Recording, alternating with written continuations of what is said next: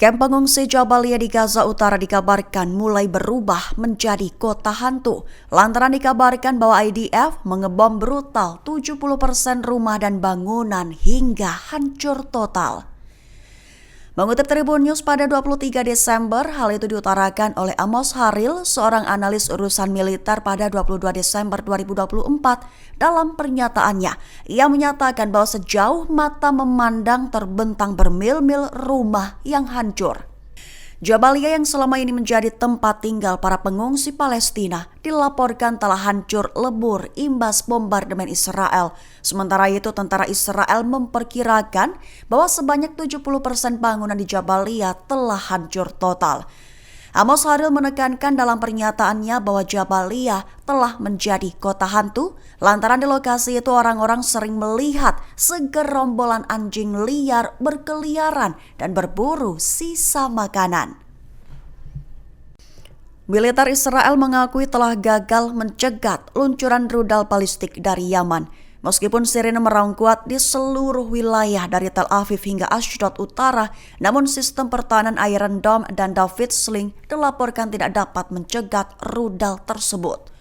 Mengutip Tribun News pada 23 Desember, hal itu diumumkan oleh militer Israel sejak Sabtu 21 Desember 2024. Mereka mengonfirmasi bahwa satu proyektil yang diluncurkan dari Yaman terdeteksi, namun upaya intersepsi tidak berhasil. Imbas gempuran Yaman itu disebutkan telah mengakibatkan sedikitnya 16 orang terluka di wilayah pendudukan Israel, khususnya di kota Bnei Brak yang terletak di sebelah timur Tel Aviv. Sementara itu, kepolisian Israel juga mengonfirmasi bahwa balistik Yaman itu ternyata jatuh di permukiman di distrik Tel Aviv. Perlu diketahui saja, gerakan perlawanan Ansarullah Houthi dari Yaman mengklaim bertanggung jawab. Diklaim oleh mereka bahwa mereka telah menargetkan Tel Aviv dengan menggunakan rudal balistik hipersonik. Komando Pusat Amerika Serikat alias CENTCOM mengatakan bahwa pasukan telah melakukan serangan udara presisi pada Sabtu 21 Desember 2024. Targetnya adalah fasilitas penyimpanan rudal dan fasilitas komando dan kontrol yang dioperasikan Houthi yang didukung Iran di wilayah yang dikuasai Houthi di sana. Mengutip Palestine Chronicle pada 23 Desember, hal itu diutarakan CENTCOM dalam pernyataannya di X pada 22 Desember 2024. Dalam pernyataannya, diklaim operasi tersebut telah melibatkan aset Angkatan Udara dan Angkatan Laut Amerika Serikat termasuk FA-18. Pasukan CENTCOM mengklaim telah melakukan serangan yang disengaja untuk mengganggu dan melemahkan dari operasi Houthi. Seperti yang pernah dilakukan Houthi dalam serangan terhadap kapal perang Angkatan Laut Amerika Serikat dan kapal dagang di Laut Merah Selatan, Bab al-Mandeb dan Teluk Aden. Diklaim juga bahwa selama operasi tersebut, pasukan CENTCOM juga menembak jatuh beberapa kendaraan udara tak berawak serang satu arah Houthi dan rudal jelajah anti kapal di atas Laut Merah. Sementara itu, The Times of Israel bak menyangkal keterlibatan Israel dalam operasi Amerika Serikat tersebut. Mengutip sumber-sumber Israel melaporkan bahwa serangan itu dilakukan oleh koalisi yang dipimpin Amerika Serikat dan bukanlah Israel. Garis depan perang baru diklaim telah muncul di Suriah pasca jatuhnya Bashar al-Assad. Diklaim mulai ada persaingan monopoli hingga muncul pertanyaan siapa yang akan melawan pasukan Israel. Mengutip Al-Mayadin pada 23 Desember, hal itu menurut laporan sumber utama Newsweek pada Minggu 22 Desember 2024. Pihak yang diduga memulai monopoli antara lain pasukan Demokratik Suriah atau SDF yang didukung Amerika Serikat dengan kelompok pimpinan Kurdi yang menguasai hampir sepertiga wilayah Suriah di utara dan timur, juga mencatat keberadaan Tentara Nasional Suriah yang didukung oleh Turki yang memandang SDF sebagai perpanjangan dari Partai Pekerja Kurdistan atau PKK. Riyad Darar, penasihat Presiden Sayap Politik SDF Dewan Demokratik Suriah, mengatakan kepada Newsweek bahwa benteng SDF di sepanjang perbatasan Suriah-Turki akan segera menjadi titik balik dalam pertempuran kritis lainnya. Sementara itu, Darar juga merasa khawatir bahwa pendekatan pemerintahan HTS akan mengarah pada penilaian partai penguasa baru ingin memonopoli kekuasaan, dan inilah yang ditakutkan oleh seluruh warga Suriah. Sementara di satu sisi perluasan wilayah Israel yang cepat ke wilayah Suriah meluas melalui darat, udara, dan laut ke bekas lokasi militer Suriah.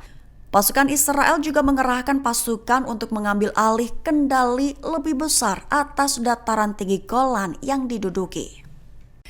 Sayap militer Hamas Brigada Al-Qassam dilaporkan kembali memerangi IDF di semua poros peperangan di jalur Gaza. Mereka kini telah mulai menggencarkan aksi peledakan kendaraan tempur hingga personil dari tentara Israel. Mengutip Palestine Chronicle pada 23 Desember, hal itu diumumkan oleh Hamas dalam pernyataan resminya pada 22 Desember 2024. Rinciannya, Al-Qassam telah membunuh dan melukai 9 tentara Israel di kamp pengungsi Jabalia dengan rudal anti-personil TBJ. Sayap militer Hamas itu juga menghancurkan pengangkut pasukan Zionis dengan pesawat tanpa awak bunuh diri, juga menembak mati seorang perwira tentara Israel di Jalan Abu el-Aish. Al-Qassam juga menghancurkan sebuah pengangkut personil tentara Israel menggunakan alat peledak yang telah ditanam sebelumnya. Lebih tepatnya, Al-Qassam menargetkan pengangkut pasukan Zionis dengan alat peledak berkekuatan tinggi di sebelah barat kota Beit Hanon, sebelah utara jalur Gaza. Di sebelah barat Beit Lahia, juga di jalur Gaza Utara, Hamas menargetkan pengangkut personel Israel lainnya meledakkannya dengan alat aksi komando. Operasi khusus dilakukan oleh Brigade Al-Quds, sayap militer Gerakan Jihad Islam Palestina. Mereka dilaporkan telah melakukan aksi penyusupan ke dalam lapis baja Israel dan meledakkan bom di dalamnya. Mengutip Al-Mayadin pada 23 Desember, hal itu diumumkan oleh Al-Quds dalam pernyataannya pada Minggu 22 Desember malam waktu setempat. Imbas dari aksi penyusupan yang disebut berani itu, meledakkan rampur hingga timbulkan korban jiwa di pihak musuh.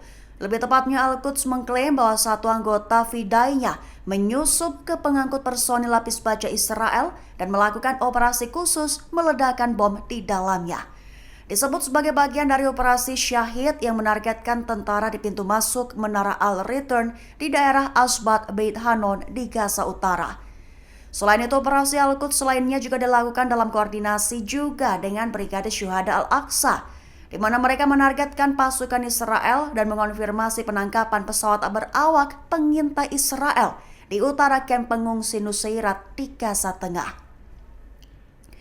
Sementara itu, media Israel melaporkan bahwa 3 tentara terluka, 1 kritis setelah sebuah alat peledak meledak di sebuah tank di Gaza Tengah. Perdana Menteri Israel Benjamin Netanyahu dan pemimpin Partai Persatuan Nasional Israel Benny Gantz dilaporkan telah saling tuduh sabotase negosiasi tawanan. Bahkan Netanyahu disebut oleh Gantz dalam pernyataan untuk segera berhenti menjadi pengecut yang patuh. Mengutip Al-Mayadin pada 23 Desember, setelah dituduh menyabotase negosiasi pada saat yang sensitif, kantor Netanyahu menanggapi komentar yang dibuat oleh Gantz. Pihaknya menggambarkan Gantz, mantan anggota kabinet perang, sebagai patuh, mengingatkannya bahwa ia telah menyerukan penghentian perang bahkan sebelum memasuki Rafah. Selanjutnya mengklaim bahwa bukan suatu kebetulan sejak Gantz meninggalkan pemerintahan karena alasan politik internal, Netanyahu telah mencapai beberapa prestasi termasuk secara langsung menargetkan Iran. Sebagai tanggapan, kantor Gantz membalas komentar terbaru Netanyahu tersebut. Pihak Gantz menekankan Netanyahu untuk segera berhenti menjadi pengecut yang patuh, di mana Netanyahu disebutnya takut memecah belah koalisi, menekankan bahwa hanya desakan Gantz yang telah membawa kembali lebih dari 100 sandera sejauh ini. Pernyataan itu berlanjut dengan kantor Gantz menyatakan bahwa Netanyahu terlalu takut untuk melancarkan manuver di Gaza, tetapi Gantz adalah orang yang mendorong pelaksanaannya. Download Tribun X sekarang, menghadirkan lokal menjadi Indonesia.